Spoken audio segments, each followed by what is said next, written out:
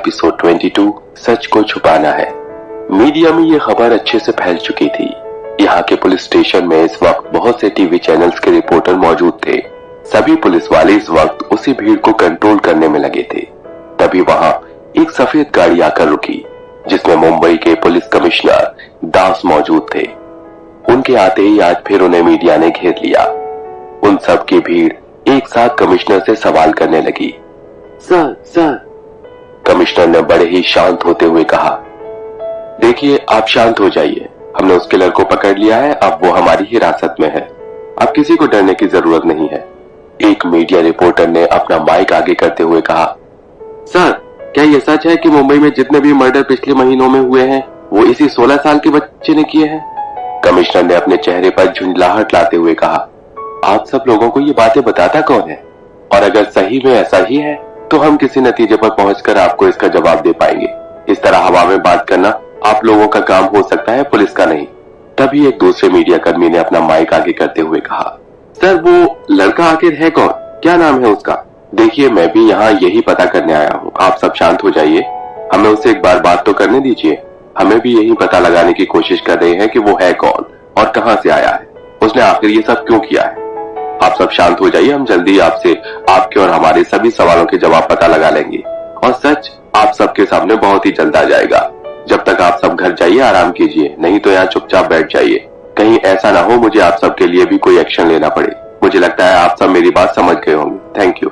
Commissioner sir इतना कहकर अंदर जाने लगे। सभी मीडिया अभी भी सर कहते हुए उन्हें रोकने की कोशिश कर रहे थे और बाकी के सभी पुलिस वाले मीडिया को रोकने की कोशिश कर रहे थे। कमिश्नर सर के साथ इस वक्त बाकी के पुलिस ऑफिसर भी चल रहे थे। वो सभी जल्दी कमिश्नर के साथ चलने लगे। कमिश्नर सर ने बड़बड़ाते हुए कहा, मुझे समझ में नहीं आता इतनी जल्दी ये बात मीडिया को कैसे पता चल जाती है। एक पुलिस ऑफिसर ने हंसते हुए कहा, सर मीडिया का काम ही यही होता है, उन्हें तो किसी कुत्ते की तरह खुशबू आई जाती है।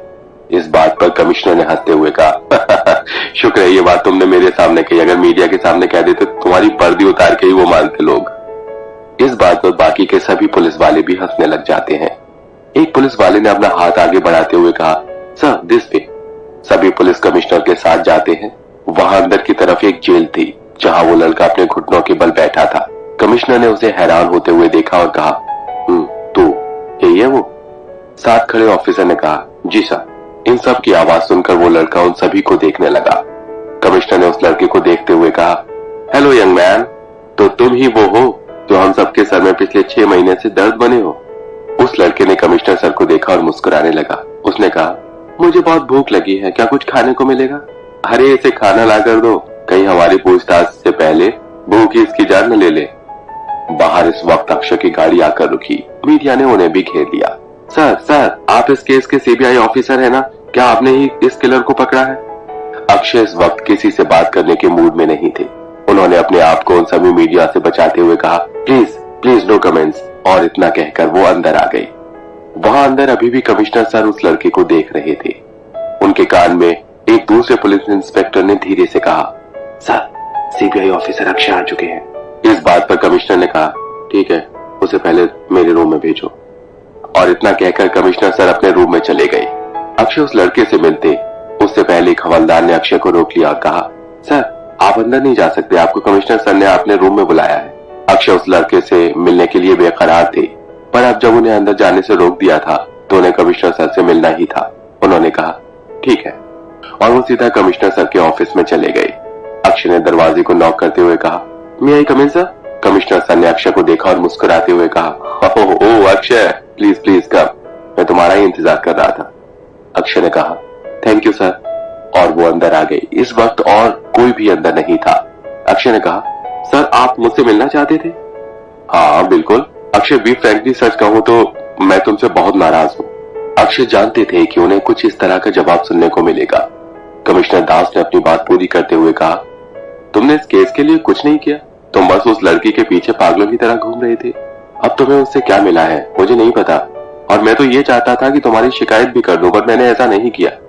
पर चलो जो हुआ अच्छा हुआ। अब मैं तुम्हें एक बात साफ कहना चाहता हूँ, इस केस को अब मुंबई पुलिस ही हैंडल करेगी और तुम इस केस में खुद ही अपने हाथ पीछे खींच लो तो बेहतर होगा। अगर मैंने कुछ किया तो तुम्हारी करियर के लिए बिल्कुल ठीक नहीं होगा। इस केस का पूरा श्रेय अब मुंबई पुलिस को ही जाएगा। क्या तुम मेरी बात समझ रहे हो? अक्षय को इन सब बातों से कोई फर्क नहीं पड़ रहा था। अक्षय ने कहा, जी सर, मुझे कोई प्रॉब्लम नहीं, आप जैसा चाहते हैं ठीक वैसा ही होगा। इस बात को सुनकर कमिश्नर सर बहुत ही खुश हुए। उन्होंने मुस्कुराते हुए कहा, गुड, तुम तो काफी समझदार निकले। अब जब तुम मेरी बात से सहमत हो ही तो ठीक है, तुम जा सकते हो। अक्षय उस लड़के से मिलने के लिए काफी उत्सुक थे। वो उस लड़के से मिले बिना नहीं जाना चाहते थे। अक्षय ने कहा, सर, जाने से पहले मैं उस लड़के से एक बार मिल सकता हूँ? मुझे उससे कुछ सवालों के जवाब चाहिए।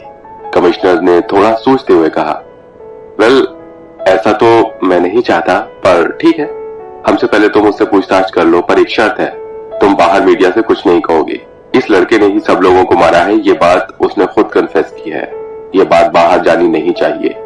हम सिर्फ इस पर मात्रे और उस औरत बच्चे के मर्डर का ही इल्जाम लगाएंगे। इस बात को सुनकर अक्षय थोड़ा हैरान थे। उन्होंने परेशान होते हुए कहा, बट सर, ऐसा क्यों? जब ये खुद ही कन्फेस कर रहा है तो बाकी के मर्डर का चार्ज भी इसी पर लगाना चाहिए। कमिश्नर सर ने थोड़ा नाराज होते हुए कहा, यही तो प्रॉब्लम है तुम न्यू यंग जनरेशन की, सब कुछ बर्बाद करना चाहते हो। अक्षय, ये बात बाहर नहीं जानी चाहिए। हम मुजरिमों को इसलिए नहीं पकड़ते कि उनकी सच्चाई दुनिया को बताते फिरें। पुलिस का काम है लोगों के बीच शांति बनाए रखना, उन्हें बताना है कि सब कुछ ठीक है, आप आराम से बाहर निकल सकते हैं। हमारा काम उनके बीच में डर का माहौल बनाना नहीं है।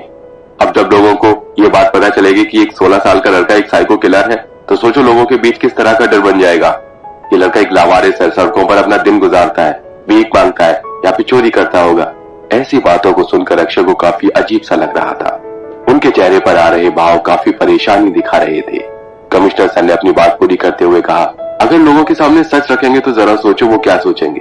वो अपने आसपास किसी भी गरीब, भिखारी या चोर को किस नजरिए से देखेंगे। इस एक बच्चे की वजह से बाकी के सभी गरीब और सड़कों पर घूमने वाले बच्चों की हालत क्या होगी, जरा सोचो। कमिश्नर सर ने एक गहरी सांस लेते हुए धीमे से कहा, हमारा काम सिर्फ मुजरिम को पकड़कर उसे सजा देना ही नहीं है, हमें और भी बहुत कुछ करना होता है। मैं यहाँ कमिश्नर की हैसियत से ऐसे ही नहीं बैठा हूँ। अक्षय कमिश्नर सर की बात समझ तो रहे थे, पर वो उससे सहमत नहीं थे। पर वो ये भी जानते थे कि कमिश्नर सर पूरी तरह से गलत भी नहीं कह रहे हैं। अक्षय इतनी बात भी जान गए थे कि अब यहाँ जो होगा वो सिर्फ कमिश्नर सर के कहने से ही होगा। फिलहाल अक्षय को उस लड़के से मिलना था। वो नहीं चाहते थे कि उस लड़के से मिलने के लिए अब उन्हें किसी भी तरह से इंतजार करना पड़े। अक्षय ने बड़े ही आराम से कहा, ठीक है सर, मुझे आपकी बात सही भी लगी और इससे मैं सहमत भी हूँ। अब क्या मैं उस लड़के से मिल सकता हूँ? कमिश्नर सर ने खुश होते हुए कहा, हाँ हाँ, क्यों नहीं, तुम जा सकते हो। Thank you sir. और इतना कहकर अक्षय उस रूम की ओर चले गए। उस ओर बढ़ता हुआ एक कदम उनके लिए बहुत ही डरा देने वाला था। उन्हें ऐसा लग रहा था कि जैसे वो किसी काले अंधेरे रूम में जा रहे हैं। वो डिलीवरी बॉय देखने में कैसा होगा, उनके दिमाग में उसकी तस्वीर इस वक्त काफी डरा देने वाली थी। अक्षय ने अपने आप को संभालते हुए उस रूम में गए जहाँ जेल की सलाखों के पीछे वो मासूम दिखने वाला चेहरा था और वो चुपचाप बड़े ही आराम से खाना खा रहा था। उसे देखकर अक्षय इस वक्त काफी शॉक में थे। वो उस चेहरे को, उस लड़के को इस तरह खाना खाते हुए देखकर काफी हैरान थे। अक्षय की जूतों की आवाज उस रूम में आते देखकर उस लड़के ने अक्षय की ओर देखा और उनकी तरफ देखकर मुस्कुराने लगा। अक्षय वहां अंदर जा पाते उससे पहले उनके पास एक कॉल आया। अक्षय ने अपने फोन को देखा तो मिष्टी का फोन था। मिष्टी का फोन देखते ही वो और भी परेशान हो गए। वो लड़का अभी भी अक्षय को देखकर मुस्कुरा रहा था।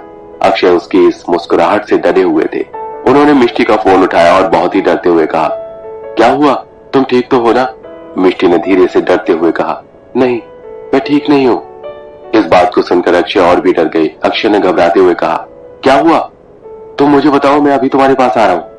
अक्षय को इस तरह घबराते देखकर मिष्टी ने हंसते हुए कहा, अरे नहीं, कुछ नहीं हुआ मुझे, मैं ठीक हूँ। मिष्टी को इस तरह हंसते देख अक्षय ने राहत की सांस ली और मिष्टी को डांटते हुए कहा, मिष्टी, तुम्हारा दिमाग खराब है क्या? पता है तुमने मुझे कितना डरा दिया था? बताओ मुझे, तुमने फोन क्यों किया है? मिष्टी ने बड़े प्यार से कहा, वो तो बस मुझे तुम्हारी याद आ रही थी। अक्षय मिष्टी की बात सुनकर इस वक्त थोड़ा परेशान थे। मिष्टी ने फिर एक्साइटमेंट से कहा, तुमने उस लड़के को देखा? हाँ, वो मेरे सामने ही है। मिष्टी ने एक्साइटमेंट से कहा, वाह, वो तुम्हारे सामने है, कैसा दिखता है वो? अक्षय ने हैरान होते हुए कहा, ये कैसा सवाल है, तुम फोन रखो, मैं तुमसे बाद में बात करता हूँ। नहीं, मुझे तुमसे अभी बात करनी है, मुझे भी उस लड़के को देखना है। मेरे लिए उसने कितना कुछ किया है तो मुझे भी पता होना चाहिए ना कि वो कैसा दिखता है। अक्षय ने नाराज होते हुए कहा, तुम्हारा दिमाग खराब है। देखो, इस वक्त मैं थोड़ा बिजी हूँ, मैं तुम्हें बाद में कॉल करता हूँ। मिष्टी और भी कुछ कहना चाहती थी पर अक्षय ने इस बार फोन काट दिया। मिष्टी के शब्द उसके मुंह में रुक से गए। उसे अक्षय पर थोड़ा गुस्सा आया, पर फिर से उसके चेहरे पर एक स्माइल आ गई और वो खुश होती हुई अपने बेड पर आराम से लेट गई। अक्षय ने अपना फोन एक हवलदार को दिया और वो एक चेयर लेकर उस जेल के अंदर चले गए। अक्षय ने अपनी चेयर को उस लड़के के सामने रखा और वहां बैठ गए। अक्षय को अपने पास इस तरह देखकर उस लड़के ने अपने खाने की ओर देखा और उसने वाले को वहीं रोक लिया। अक्षय ने कहा, कोई बात नहीं, तुम खाना खा लो। अक्षय की बात सुनकर वो फिर से खाना खाने लगा।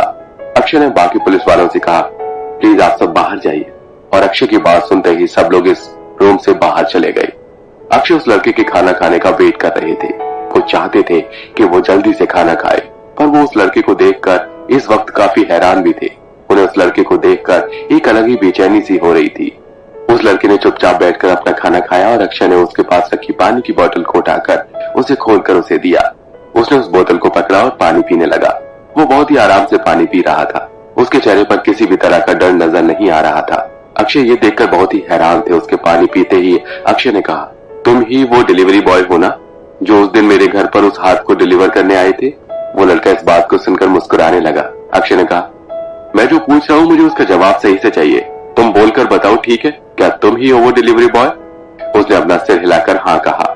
वेरी गुड, तुम्हारा नाम क्या है? उसने अपने सिर को झुका दिया और कुछ नहीं कहा। अक्षय ने एक बार फिर कहा, मैं तुमसे पूछ रहा हूँ। वो लड़का कुछ भी नहीं बोला।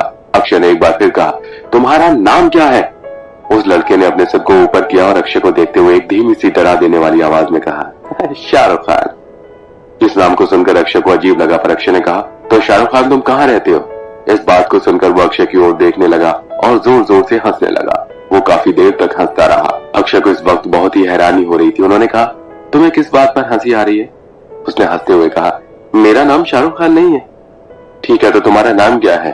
उसने सोचते हुए कहा, मेरा कोई भी नाम नहीं है। जिसका जो मन करता है वो कहता है। कोई मुझे आवारा कहता है, कोई भिखारी, कोई फकीर, कोई गली का लावारिश कुत्ता। आपके जैसे कुछ लोग मुझे छोटू भी कहते हैं। तो ठीक है, मैं भी तुम्हें छोटू बुलाता हूँ। तुम्हें ये नाम पसंद है? उसने फिर सोचते हुए कहा, नहीं, मुझे एक नया नाम मिला है। तो ठीक है, तुम्हारा नया नाम ही मुझे बता दो। उसने बड़े प्यार से कहा, मेरा नया नाम हीरो है। ओके, तो हीरो ठीक है। उसने मुस्कुराते हुए कहा, हाँ ठीक है। तो बताओ हीरो, तुम कहाँ रहते हो? मैं कहीं भी रह लेता हूँ, रोड पर, स्टेशन पर, फुटपाथ पर, कहीं भी। जहाँ रहने का मन करे वहीं रह लेता हूँ, पर इन दिनों एक आलीशान होटल में रहता हूँ। अच्छा, कहाँ है वो होटल? वो होटल यहीं पीछे की तरफ, पैदल चलेंगे तो 10 मिनट लगेंगे। होटल में तुम काम करते हो? नहीं, बिल्कुल नहीं। आपने सुना है कभी किसी हीरो को होटल में काम करते हुए? ठीक है, तो तुम ये बताओ कि होटल में रहने के लिए पैसे कहाँ से आते हैं? उसने बहुत ही सोचते हुए और अक्षय की ओर घूरते हुए बड़े ही मीठे शब्दों में कहा, मुझे होटल में रहने के लिए भगवान ने पैसा दिया है। वो मुझे बहुत से पैसे देते हैं। मेरे कपड़े देखो, ये जो खाना आप देख रहे हो ना, इससे अच्छा खाना खाता हूँ मैं। अक्षय उस लड़के की बात सुनकर काफी हैरान थे। उन्हें इसकी किसी भी बात पर न विश्वास था और न ही वो उसकी कई बातों पर यकीन कर रहे थे। पर इस वक्त उसकी हरकतें देखकर यह बात तो साफ थी कि यह लड़का एक साइको है।